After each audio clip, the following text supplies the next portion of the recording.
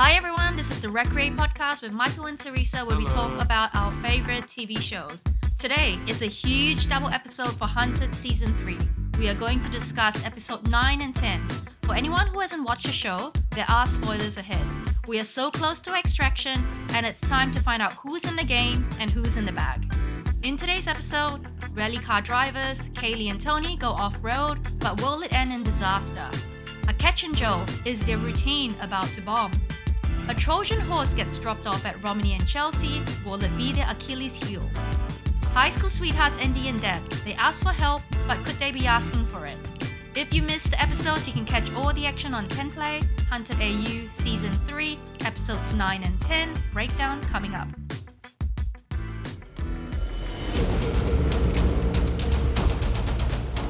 Wow, what a couple of episodes. They're very, very exciting. I'm so excited to discuss them today. Yeah, we're feeling a little bit under the weather today, so sorry about all the coughing and sneezing and everything. We're a bit crook. It's getting cold here in Sydney, but it's heating up. It is. Yes, episodes 9 and 10, both episodes are really good. We were so excited watching them, and we can't wait to break them down today. Real cliffhangers. So we end 8 with a lot of interesting cinematic shots, and we open the same way. This looked like an episode of Sea Patrol. There were some amazing drone shots, some, boating shots, a lot of speeding over the river, like just some all-out action. Yeah, and plus that with like a beautiful marina, there's some luxurious houseboats which actually kind of look like floating hotels. And yes, so we are now with rally car drivers Kaylie and Tony as they are in their disguises heading off. We see the hunters coming on speedboat on Sea Patrol.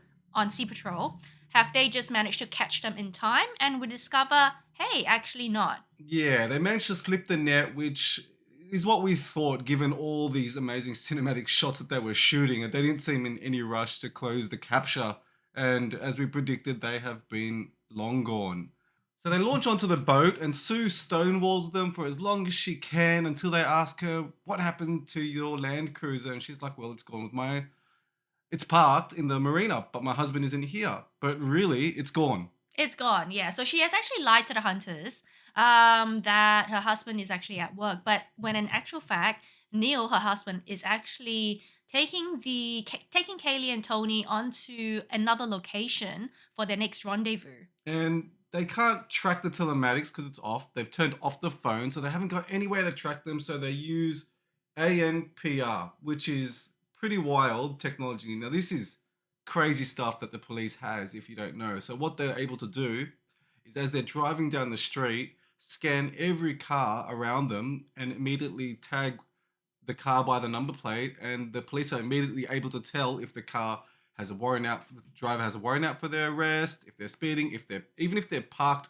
incorrectly, the police is able to tell, if they're in an incorrectly parked zone. It's pretty crazy stuff. It is pretty crazy stuff. So for those who don't actually know what ANPR means, it means automatic number plate recognition. And like what the name suggests, well, it very quickly tracks what your number plate is and, who's illegal, who's not. Yeah, you quickly get, caught in the bag if you're doing something illegal. Yeah, it's pretty amazing and instantaneous technology the police have. And so they set off these ANPRs along the highway. And we see Tony and Kaylie with their friend turning off into a rail trail and taking a break. Then what happens is that just by sheer coincidence, one of the hunters actually drives up. And I think even Tony, he was just making a joke. Look, as the car pulls up, they were just eating, licorice bullets? Yeah, this is an iconic moment. Yeah. Here, like far out. Yeah, and he's like, oh, look, there's a hunter. And then he's like, oh, wait, it actually is a hunter. Imagine his shock and disbelief. This is unbelievable. They're making a joke about them being hunters, and it actually is them. I don't think we've ever seen this before. This is nuts. Yeah, and I don't think that Kaylie and Tony actually expect the hunters to be so hot on their heels, like so quickly. Yeah, because seeing as Neil, their friend, who is actually driving them, he has actually turned off his phone. So his wife, Sue, is not able to contact him, telling him that the hunters have just been at their boat. This is a coincidence of crazy proportions. Like I looked on Google Maps just quickly, and along that highway there are over 20 turnoffs. So the fact that these hunters were able to just turn down the correct off-road and find these guys is just a phenomenal coincidence. Well, do you think that maybe they might have done that because their trail was a more iconic trail? I think it's called the Great Rail Trail. Yeah, maybe. I don't know. I wasn't that convinced about this capture in terms of from a storytelling standpoint. As we know, sometimes the show will simulate a lot of the CCTV and a lot of the captures and a lot of the scenarios because they haven't got access to this real surveillance technology. So they, in a way, in apostrophe, inverted, finger marks, they'll cheat it, right? So they didn't actually have ANPR in this scenario. They even said that in the real world, we would have it. Mm. So what they do is they'll get someone perhaps from production to call up and say, look, Tony and Kaylee are headed west on this road. They would have triggered an ANPR at this point. If we had If we had ANPR. Yeah. So guys, go down this road.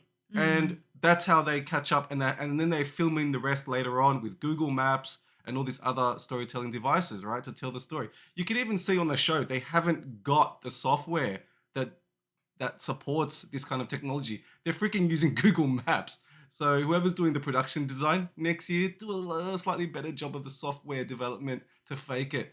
But they're using Google Maps to tell this story, right? It's a simulated reality show.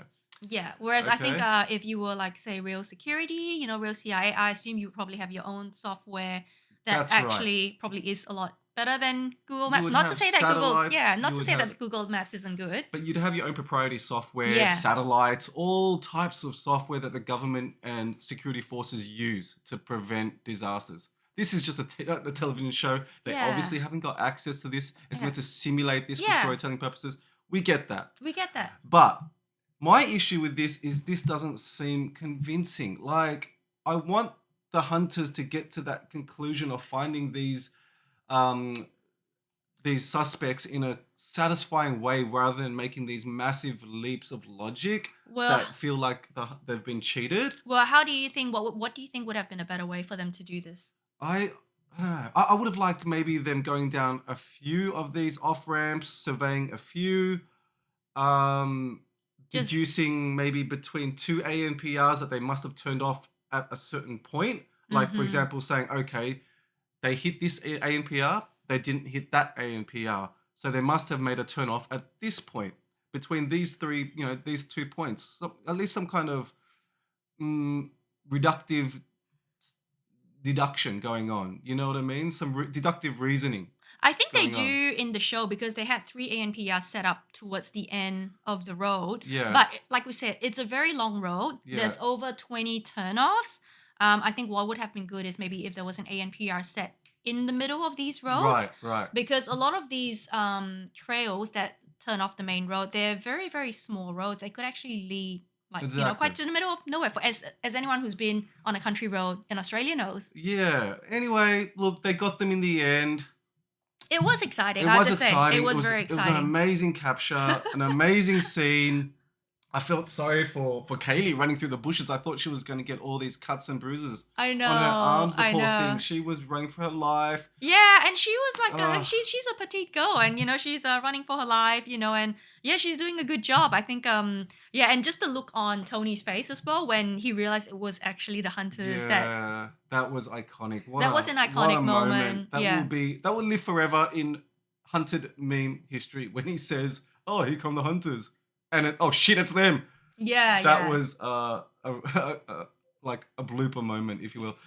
But yeah, before we get to evaluating their gameplay, let's talk about the iconic captures we've had this year. Yes, I know. We've had some really good captures. So I think the main one that comes to mind is Lee and Joanna in episode 3, where it was what the hunters have advertised as the best episode ever. So Yeah, I'm not that sure was if a you good one. remember this. Lee and Joanna, they were in their friend's car. I believe it was Deb. And suddenly, I think Alpha Team, one of the ground hunters, they pull up alongside them in the car. They wind down their window. They did a sneaky little wave. And Very memorable. Lee was like, "Oh no, it's them, it's them, Yeah. it's them." Very memorable. And then we have Luke and Ben, of course, the Catch Me If You Can, running through the bushes. We have Ondine and Shelley running across the road in their country town after they got out of the bus. This that we have Tanisha and Bobby stopping for pizza. We just had so many Yeah, great captures we had a this lot year. of great captures. I think Uh, they've all been very cinematic in their own right. yeah, very exciting. A lot of Yes. chasing. Mm. Whereas in years past, often it would just be them walking up to an apartment, ringing a doorbell, and tagging them and finding them in a cupboard. This year every single one has been exciting. Had a chase. Had a real Mm. pursuit. Yeah. I've really enjoyed every single capture this year. I think they've gone to a great effort in setting this up, staging it, Yeah. or perhaps it's just random luck. I don't know, Yeah. but they've been amazing this year. And I know, like, maybe like, with us, maybe, we tend to like critique the show. But to be honest, it's actually one of our favorite shows. We have watched every season of it. And I think this year they've really outdone themselves in terms of like the cinematic chase, Mm, the environment they're shot in, like all the vehicles they have yeah, actually been on, the captures, they've all been very, very they've exciting. definitely raised their game. So well Yeah. done to the Hunted production team. Yeah. Yeah. So, on Kaylee and Tony's capture, how do you actually rate their gameplay throughout the season? You know what? I think I give them a solid B plus. I thought they were playing an outstanding game up until the end, but a little bit flawed. Mm. They had a massive scope. They had the right mentality. They had the right approach of constantly moving. They used a lot of varied vehicles. They were technologically careful. They didn't leave much of a footprint. But they had one limitation is that they relied too strongly on their network of rally community in terms Mm. of moving around. And I think that's what bit them when they confined themselves to just one community. They didn't make themselves unpredictable. Yeah, they Do you know what I didn't. mean? And Yeah. so they literally jumped from one contact to one contact. Once they were found, it was very difficult for them to get unfound. I agree. I think for them, I think, yeah, B plus is fair. B plus to a slightly under A minus, just because I think they have been so creative in the ways they've tried to escape from the Yeah, hunters. yeah. They've thought of, like getting away in vehicles we would never even have dreamed of Very possible. exciting, very Very creative. exciting, very glamorous. I mean, I think it brought a whole new Hollywood-esque, kind of feel to this season. Yeah. They have a lot of resources. They're also very smart in terms of telematics. What the Mm, vehicles are able to, whether the hunters are able to catch them based on the vehicles they're in. So they're very, very savvy on yeah. that, and I really liked it. And like you said, I think the main drawback was just they perhaps just overly focus on their rally car contacts. But yeah, other than that, it's a very solid B plus. Yeah, they Really didn't good make game. too many mistakes No. other than going to the rally itself Yes. and sticking to that network. They didn't use too much technology. They didn't rely too much on technology. They didn't leave much of a footprint. It was hard to track these guys up Mm. until, like, in order to get to that boat, the hunters had to go from family member to another family member, go across the water, set up a drone, identify that one boat amongst hundreds of boats, rent a boat to cross over. Like, think about how hard the hunters had to work to find them. They Yeah. they set themselves a real mission to get tracked, and so yeah, kudos to them. The game will miss Mm-mm-mm. them. They were one of our opening favorites to win the game, but unfortunately, they got knocked out. But they played a really credible game. Yeah, they did, and they also have a really good dynamic on the show as well. They're very easy to watch. Uh, Maybe not easily relatable because no, I don't think any other fugitive will have the resources that they do. But no, they're really good. I mean, I hope to see them, come up again in other game shows. Yeah, they're very likable. And now we skip a little bit to Akec and Joe. We're finding out that they are staying with a friend of theirs, a very tall fellow called Deng. And now I've done some research about this, and Deng is a very common name in the Dinka tribe out of Sudan. And these are the tallest people on earth with an average height of, get this, 6'2" for the males. These dudes are tall. And Deng himself is very tall. This is a very tall, dark, and handsome stranger. Well, it seems like they're sticking exclusively to their African communities. We find out that Akech and Joe, because they have been sleeping on the ground, their back is very sore, so they get taken to a massage parlor by Dang, where they actually use stolen money to pay for a session. What did you think about that? Yeah, so this is a bit of a mess up. I don't know why they did this. Using bank cash, as we know, is a faux pas. It will immediately notify, well, not immediately, the next day when it gets put into the bank, it notifies the hunters, so it's a definite red flag. I'm not sure why they used bank cash instead of using Deng's cash or borrowing some money or any other forms of payment. This is literally what leads the hunters to them. Yeah, I was a bit confused because I was like, is this meant to be a decoy? Why Yeah, didn't they just give $300 to Deng and, and get him, some cash yeah, get back. some cash back? They've been very careful about their Mm. play up until this point. So for them to suddenly use bank cash without talking about it, without talking about the motivation of why they would suddenly use bank cash, very surprising. But nevertheless, it's very interesting how this incident gets framed. The hunters frame it as, look at these jerk offs getting a massage. Look how relaxed they are.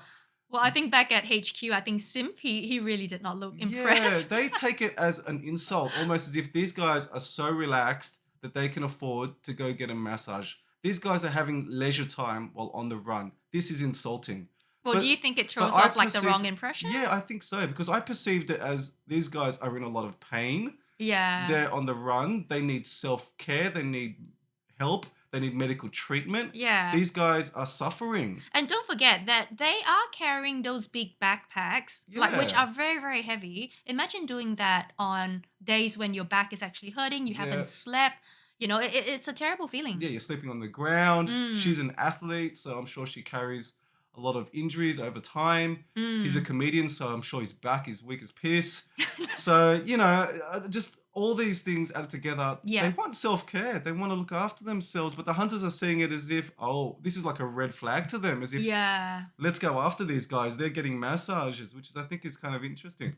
Anyway, they're starting to snap at each other. They've spent a lot of time, this pair. They're not feeling each other's company right at the moment. And I think the stress of the whole fugitive life on the run can really do that to you. I mean, I'm sure if you Oh, two of yeah. us went on the run, we will not. Yeah, it For might be sure. divorce time. They're just cutting each other off. They're not hearing each other. They're not listening. Or maybe they're listening, but they're not hearing. Yeah. I forget how that goes. And yeah, they end up staying with Milan, I think it is. And They catch a ride with they Milan. catch a ride with Milan. And this is always okay. If the person you're staying with or covering for you or catching a ride with has social anxieties, be careful.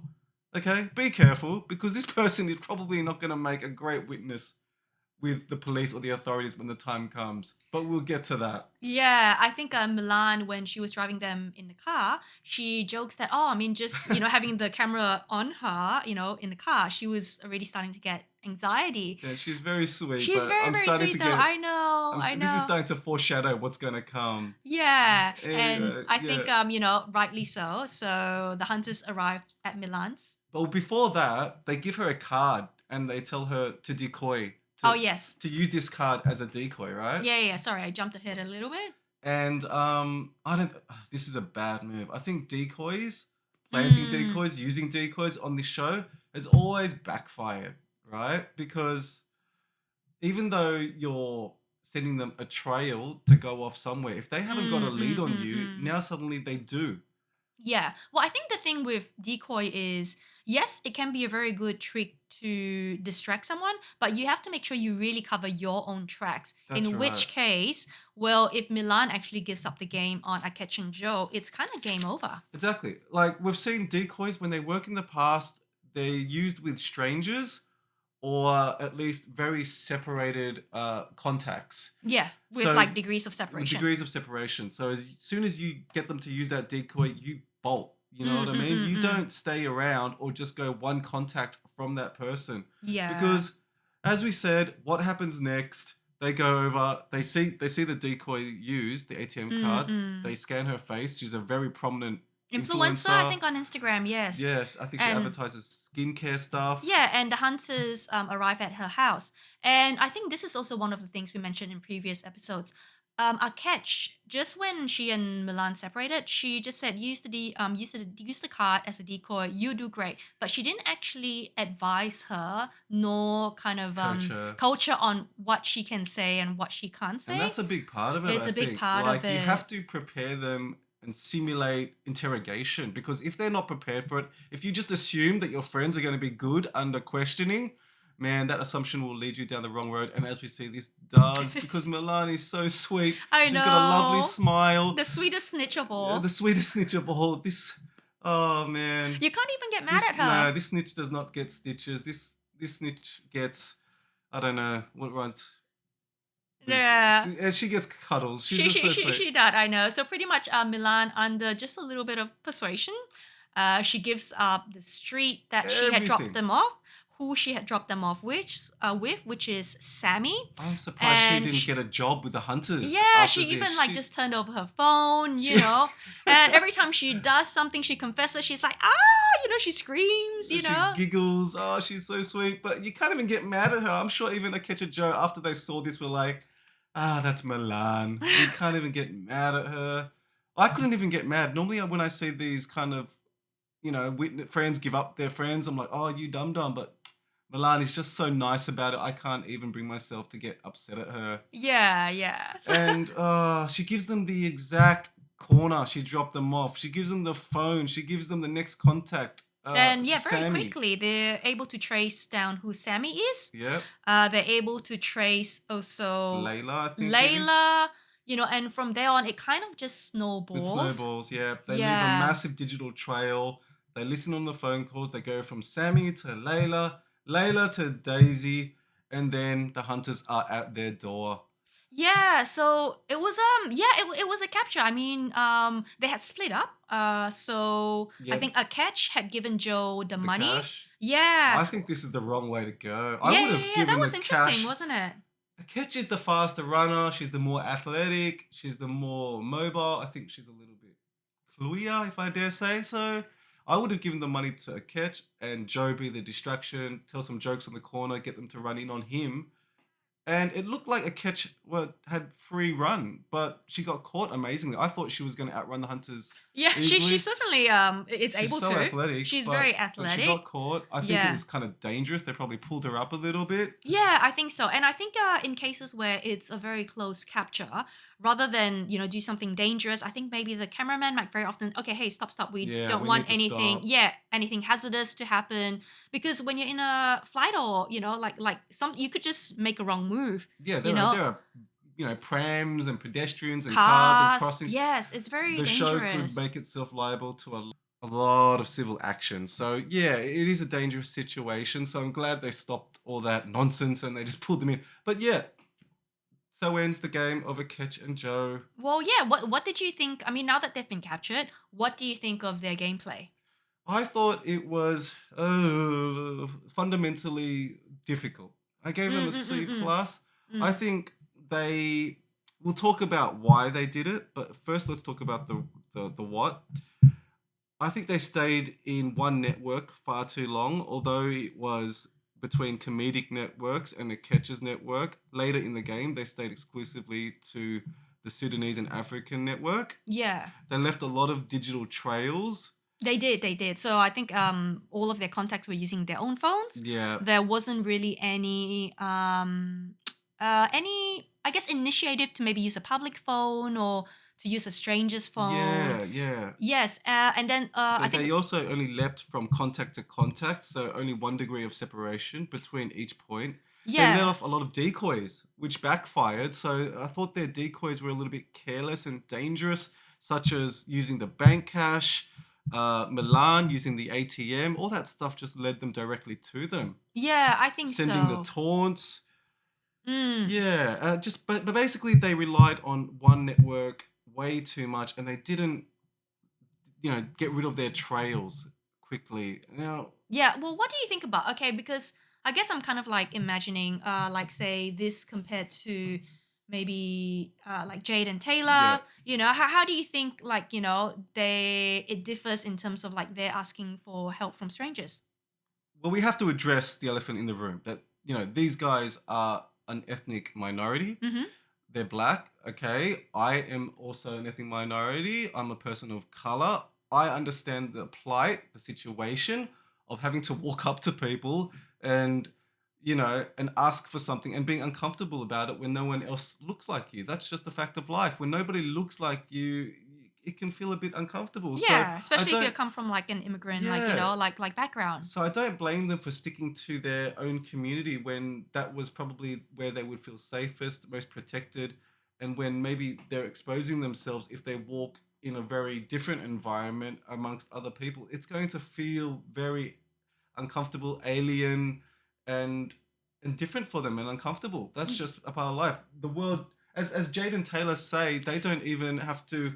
They don't even have to ask for help. Like people just naturally want to help them, but then again, they are too beautiful. Like like White blonde. Yeah, women. yeah. So it's a very different thing when you don't look like Jade and Taylor. It is. The world opens up to you if you look a certain way, and the world can be a different if you do. I mean, that's just the way it is. Yeah. So we can't really fault them, is what I'm getting at, for No. not playing a really complicated game where they're just going from stranger to stranger to stranger. If they had, maybe the world wouldn't have, the Melbourne world wouldn't have been as open to them. So we don't know.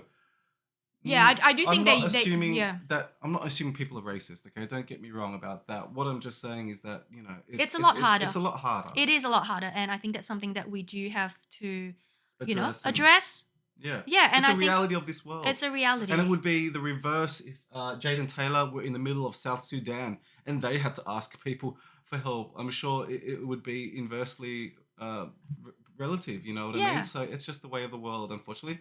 But Well, let's that said, I think well, like say in 2 days, I think Akec and Joe, because they've mainly stayed with the network, so they've actually moved through 5 friends. So from Deng to mm, Milan to Sammy, Layla, and Daisy. So that's all in a very short time frame. So yeah, even though they've right. kind of like moved around, they've been very, very mobile, but the hunters have always been pretty much just one step behind. Just one step behind. So as fast as they moved, they weren't moving fast enough because they were leaving. Well, they were going from direct to direct contact. They Yeah. were making phone calls from those contacts to the contacts or WhatsApp calls, but Mm. they were very traceable. Yeah. Very, very traceable. I think what we've seen really crafty players like Andy and Deb do, Which we'll which we'll say. get to, is Yeah. that they'll zig instead of zagging, Mm. and they'll zag instead of zigging. These two just kept on making predictable left-right steps. So even though they were moving fast, they were moving predictably. And Yeah. you can't outrun the hunters when they have this many resources and this much mobility and time. Yeah. And So probably towards the end, they were getting tired, like their backs hurt, yeah, yeah. But still, a very good play very good from play from Akec and these two. Joe. We We will miss applaud them. them. They were Yeah. really good. I think we're going to see a lot more of them, especially Joe being a comedian. I think he has a future in social media and on Mm. these other reality shows. I think he wants to be out there. I think Akech has had enough of Joe, but I think we'll see a lot of them more in the future. Yeah. And on to Andy and Deb, high school sweethearts. Oh, they have been very, very good. I mean, they've been mainly camping. They've been very, very off grid. They've been so off grid that I think Ben and the hunters, when they're like Andy and Deb, who are they? Yeah, Have who we are ever they? encountered them before? Are they on the show? Who are these two? What? Who's Andy and Deb? I don't Yeah. know. Yeah. And we see them camping in, this must be the yuppiest freaking camp spot ever, because they walk up to a lady who has a Bentley.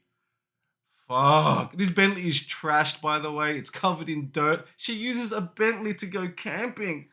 Okay, Well, she must have another Bentley for the formal stuff. yeah, she has a Bentley for shopping, a Bentley for the weekends, a Bentley for camping. Okay, if you don't know, a Bentley Continental goes for 560,000.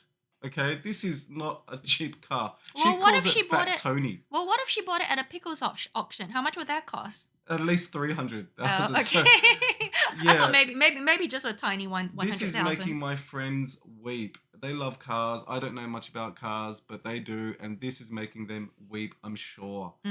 So anyway, with Andy and Deb, they have been pretty much exclusively using help from strangers. So they do yard work like chopping wood, mowing the lawn, just A to lot earn of their keep. chores. This we didn't know they were doing this. So for the show to show us this really gives us a background as to all the endeavors they're making in their gameplay, and gives us, I think, a little bit of, you know, proof that they're earning their keep, so to speak. They're earning their keep staying with strangers, and they're earning their keep as potential winners, which was we've always speculated the show was setting up for them to do. So they're returning the favors. They're not just staying with strangers and, leeching off them and They're not being jumping on the grifters. they're not jumping on the They're not trampoline or swimming in like the sunning by the pools. pool. They're not just living Yeah. the luxurious outlaw life. These guys are doing it right. Well, it's interesting too that the show shows them doing all this work for to pay for their keep, because they do that for Romanee and Chelsea as well. Yeah. And these are the two couples that are actually going into the finale. I think so. I think it sets up the way that makes them more endearing. It shows karma being rewarded. It shows good work, good community, good service being rewarded. It shows that if you're going to be a fugitive, at least be a fugitive that helps the community. I know that sounds like a contradiction. Or be a fugitive the right way. Be a fugitive. Do it the right way. Play a good guy, bad guy. You know what I mean? Yeah. Be like De Niro. So I think this sets up a really interesting narrative for each of these two teams, that we want to see people win, or they're going to let people win that have actually earned their stripes. Yeah, based off merit. Based off merit. And on that, Ben has called them the toughest fugitives to date. And That's that is very, very high praise. That's very high praise. Now, Ben is from the Hunted UK show, where he's the lead dude there. And he's done this since 2015. So that's almost 10 years. Let's assume a couple of seasons a year. Maybe 100 teams. 100 teams. He's done this a long time. He's seen lots of teams. Yeah. And he's calling these guys the best he's seen. So, Yeah. wow. I wouldn't even be surprised if Andy and Deb, maybe they've watched previous seasons, not just the Australian seasons, but the UK seasons, Yeah. and just really try to anticipate every move that the hunter can throw at you and try to circumvent that. Yeah, I think so. They're playing the flawless game so far, but let's not speak too early. But we see them approaching some neighborhood people and asking if they can, stay the night, asking for some, and they get really rebuffed. Like one guy is like, "We're trying to keep this place cool, man. Why are you bringing this heat? Piss off!" Like quite, aggressive rebuttals and rebuffing. So it made me think. I think that the show has some kind of format where the contestants are forced to ask for help in a very set way, which Like- we've seen. Like, hi, I am a fugitive on the run. We're looking for a place to say, can you help me? Exactly. But I think without they have to actually, say that. without saying that we are actually on a reality TV Right. show, because otherwise they would say that. Yeah. And they also keep the cameraman off frame, like not visible to the The person, occupants of yeah. the house, so that they wouldn't be led on that this is a reality show. And it's only if they get accepted Yeah. based on that opening line, then do they tell them, oh, this is actually a reality TV show. I think so. I think Yeah. you're right. I think that's what I've deduced from this, is that the contestants must use the line, "Hi, I'm a fugitive. I'm on the run. I'm looking for help." They can't just open with, "Hi, I'm from a Channel 10 TV show called The Fugitive or Hunted, and could you please help us out?" Yeah, because I think the 'Cause that response would just be the very, very response would be different. very different. Yeah. The world would open up to them if they did that. They wouldn't get the real experience. We wouldn't get the real experience. So unfortunately, they have to come up to these people and knock on the door and say, "Hi, I'm a criminal." Yeah, and it's hard. I mean, you can That would see. be terrifying. Yes. That would be terrifying. So they've got some big bollocks to go on these walks around the neighborhood and saying, "Hi, I'm a fugitive. Can I get help?" And it's Only a big the- thing to it ask is. for to stay in your house or even in the front yard. I mean, It's a massive it's imposition. it's Yeah. a big trust thing. Exactly. And only I think the people that have seen the show would even consider helping them. Other than that, really good Samaritans. Really good But Samaritans. other people would just call the police straight away, which I don't blame them. I wonder how many calls to the police these guys must get. I think straight afterwards, a producer probably jumps in and says something like, "Don't call the police. This is a show. Be cool." But yeah. Yeah. In terms of approach, I think what Andy and Deb have done really well is they've asked the right people. They've been very respectful, Yeah. and they've been very subtle. Yeah, they have. And I think it doesn't it really helps as well that they probably coach the people who they stay with, what to say. They do, they pay them back in terms of yard work. I think at Yeah. previously one of the other episodes they said, "Oh, we're going to send you a case of wine." No, it's good, and they really just get a goodwill wherever they go, which is very, Exactly. very important. You need as a You fugitive. need goodwill, because as we saw with Undine and Shelley, not to fault their gameplay, but a couple of times they went to places where the occupants then sort of gave them up very quickly, even to their face, said, "I might surrender you for a reward." I don't think Andy and Deb have faced that because they've always given as much as they've received. They've done the yard work, they've done the housework. They've left with a good vibe between them and the people they've asked favors for. And they've also been very careful too. Before they go into each place, they check out where is the quickest escape route. Yep. They make sure that they only stay at one place every 24 hours. So they Yep. move around every day. So they've pretty much kept to their rule book of how a fugitive should go. Yeah, exactly.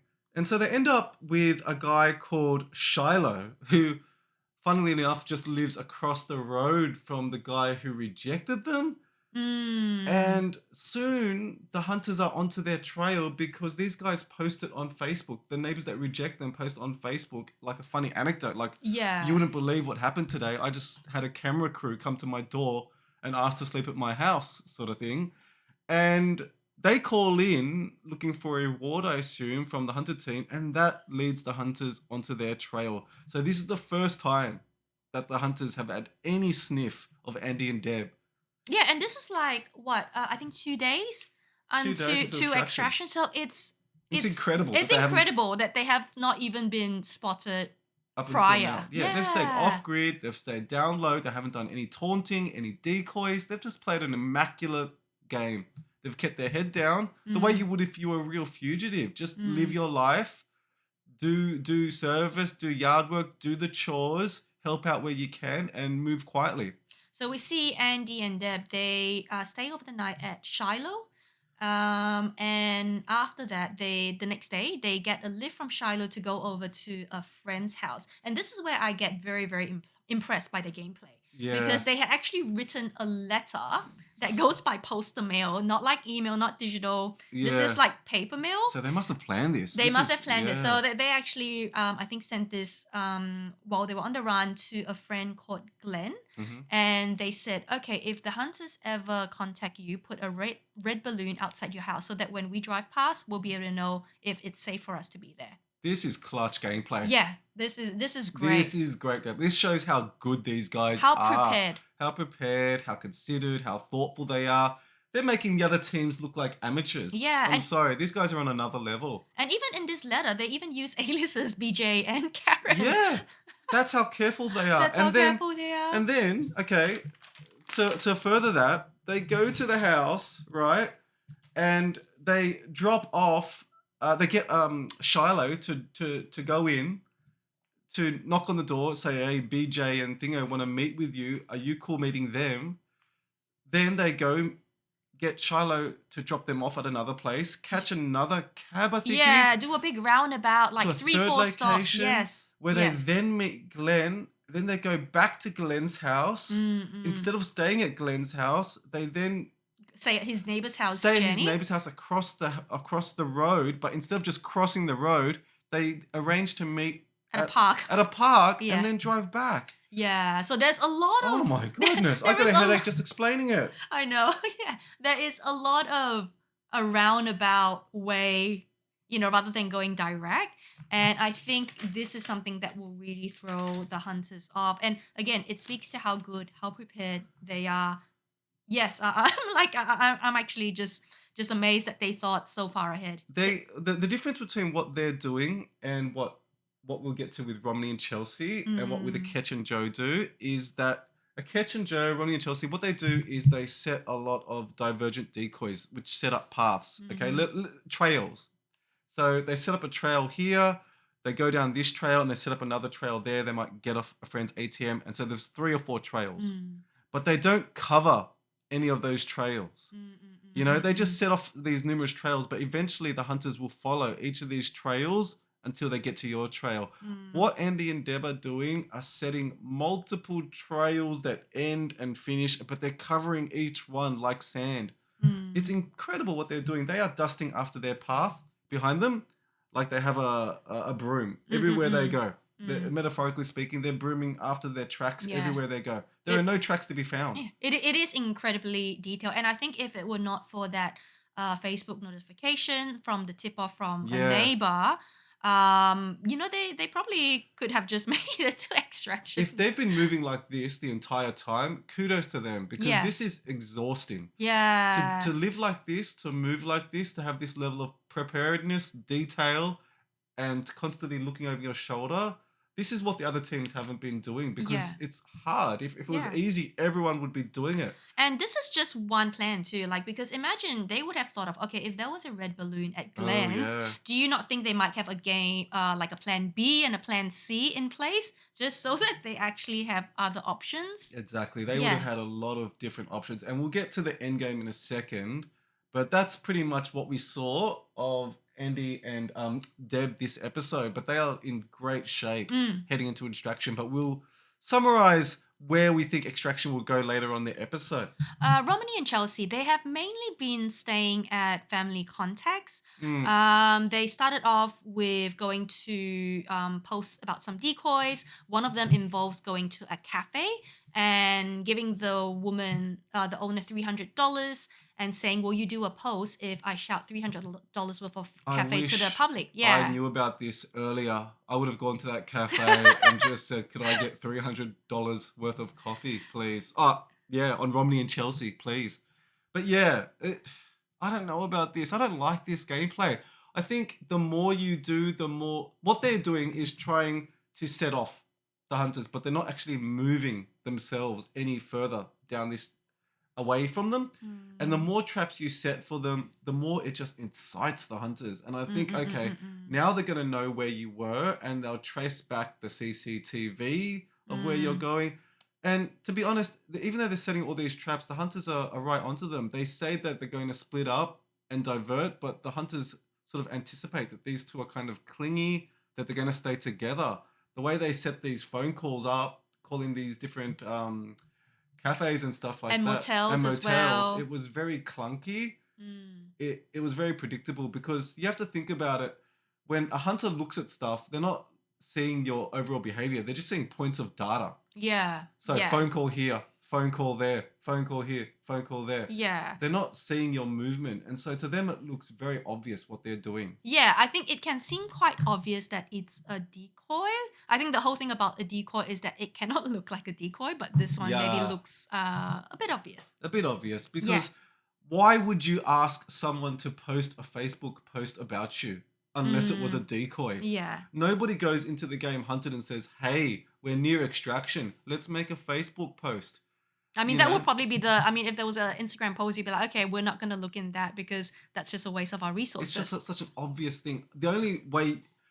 The way you could do it is make it look like a tip from a public. Like say, okay, they could have paid off that person Mm. and said, "Hey, I just saw a hunted in today. Really, it was yesterday. Call up the line and say I've seen a fugitive, Romney and Chelsea walk through here. They just ordered 2 coffees. They paid in cash and then they went south. They said they were going to to Fishwick or something like that, Mm, mm, right? mm, I mm, don't know the mm. suburbs, but they say they're going here.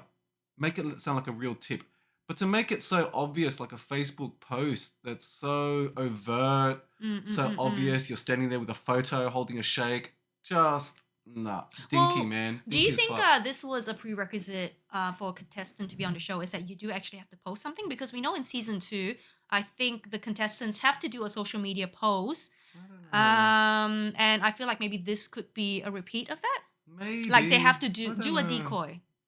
Maybe Yeah. because I have seen if you think about it, everybody has made one post, whether it be Gumtree Yeah. or Facebook or Uh, something like that. I'm Akec and not Joe, sure. they wanted to go to the comedy Everyone's put themselves festival. out there at least Yeah. once Yeah. when they didn't necessarily need to. Maybe it's part of the gameplay. Who knows? Mm. Where to make it competitive, to make it a bit of good sport, you need to put Yeah. yourself out there. And just to make it a bit more dramatic as well. Yeah, but I still think this post, I don't like it. This could be their doom, but I hope not. Yeah. I mean, they're just creating a lot of drama. They're creating a track. They're creating attention, and they're not covering that track. You know what I Mm. mean? I think the hunters are going to see straight through this. Mm.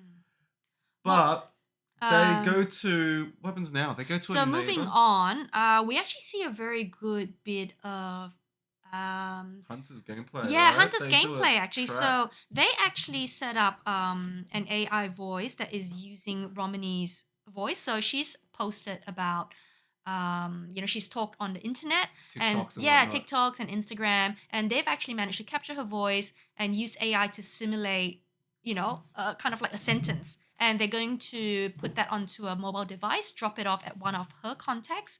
and Mary? marry and try and entrap them that way. Entrapment. That's what it is. Yeah. This is freaking illegal. Yeah.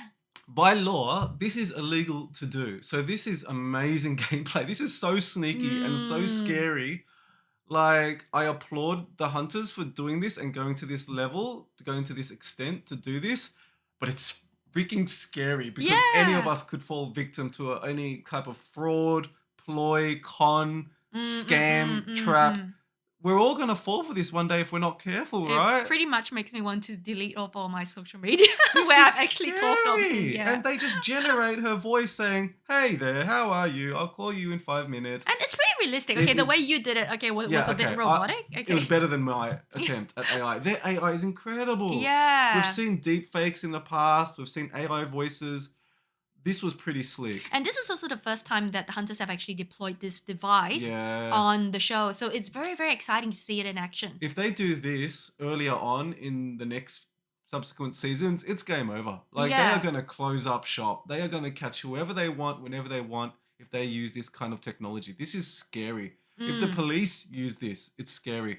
Well, is that legal then for the police to say, use an AI voice as a witness to try and, coerce you into like admitting something? Into admitting something, right? I don't know. I think it's entrapment. I don't think it's legally binding, but who knows? It's a very loose legal world. It's a new age that we're entering into where we've never seen anything like this. So who knows? This is what's so scary about it, that we're entering a new age. Yeah. Well, I think it's great that the hunters have actually shown this because it really shows like the power of technology, like how fast it's moving. Incredible. Will it eventually do we not need us anymore? Yeah, and do we need to be careful about this legally? Like, what kind of protections do we need? Yeah. If the police are able to get, a confession out of someone using this kind of stuff, could it be morally ambiguous? It's worth discussing, I think. It is, yeah. Okay, and now we move on with Romanee and Chelsea. So they are staying at, I think, a cousin of a friend's house.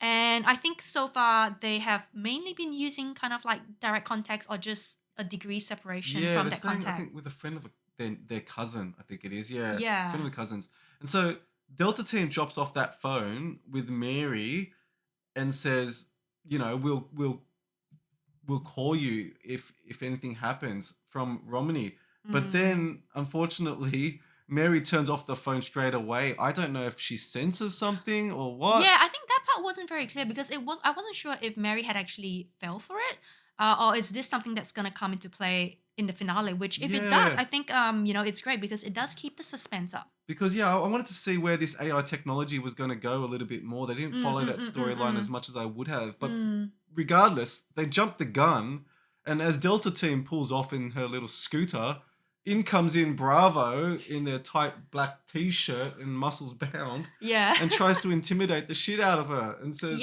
so they try the good cop, bad cop strategy here. Yeah. They interview the cousin. Who very sweetly says, I don't know, but because I don't stay here, I actually stay at my friend's house. And then Bravo is straight onto it. I was like, oh, who is that friend? And then the cousin is like, oh my God. Where does that friend live? And they are straight onto Romanee and Chelsea. It looks like they haven't even got a chance to relax. Yeah. And these guys are onto them. So I don't think any of their decoys and their well-conditioned plans, well-considered plans are going to come to fruition, I think. Well, it does seem like Romanee and Chelsea's journey, this part here where they're kind of like jumping from contact to contact, friend to friend, it resembles very much Akec and Joe's journey towards the end. Yeah, good call. Yeah. Where they're relying on close contacts and friends, and though they're hopping frequently, they're not going unpredictably. No. They're kind of going very predictably, or at least in directions where the hunters are able to track them. You have to rely on strangers, I think, at this very end game, although it's difficult to do because towards the end of such a stressful journey, I think human nature dictates that you want comfort, you want familiarity, and you want safety, what you perceive as safety. But these guys are going a different path in Andy and Deb, and they're, I don't know. Well, okay, so on to the big question. Finale is happening. It's happening. It's happening. What do you think is going to... Okay, so we've got two teams. High school sweethearts, Andy and Deb. We've also got our best friends, Romanee and Chelsea. What do you think is going to happen at the finale? Okay, let's go through them one at a time. Let's go through Romanee and Chelsea. Okay. I think Romanee and Chelsea are going to get busted next. I think they're going to get caught straight up. I think their gameplay hasn't been as solid as we would have liked. I think they've been very sloppy towards the end here. I think they're going to get caught before they even get to extraction. If they get to extraction, I think they're going to stay together. They're not going to split up. I was going to ask, like, do you think they will split up? Well, we've seen in the past that the play to make is to split up, right? Yeah. Both seasons so far, the winners have always come from individuals off the team, so split teams. So yeah, but that's not because they split up. That's because one of their team members has been caught, though, I think. Yeah, true.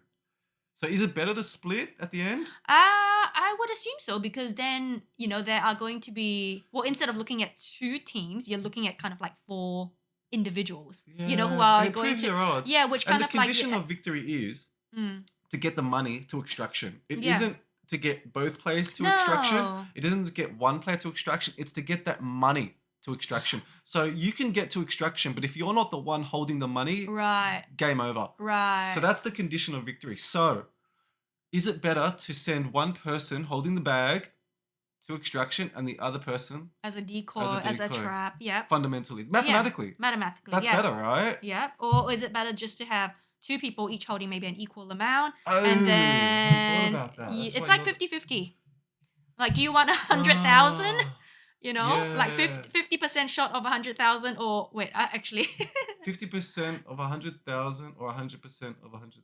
Well, it's not guaranteed though. None. Yeah, I don't know.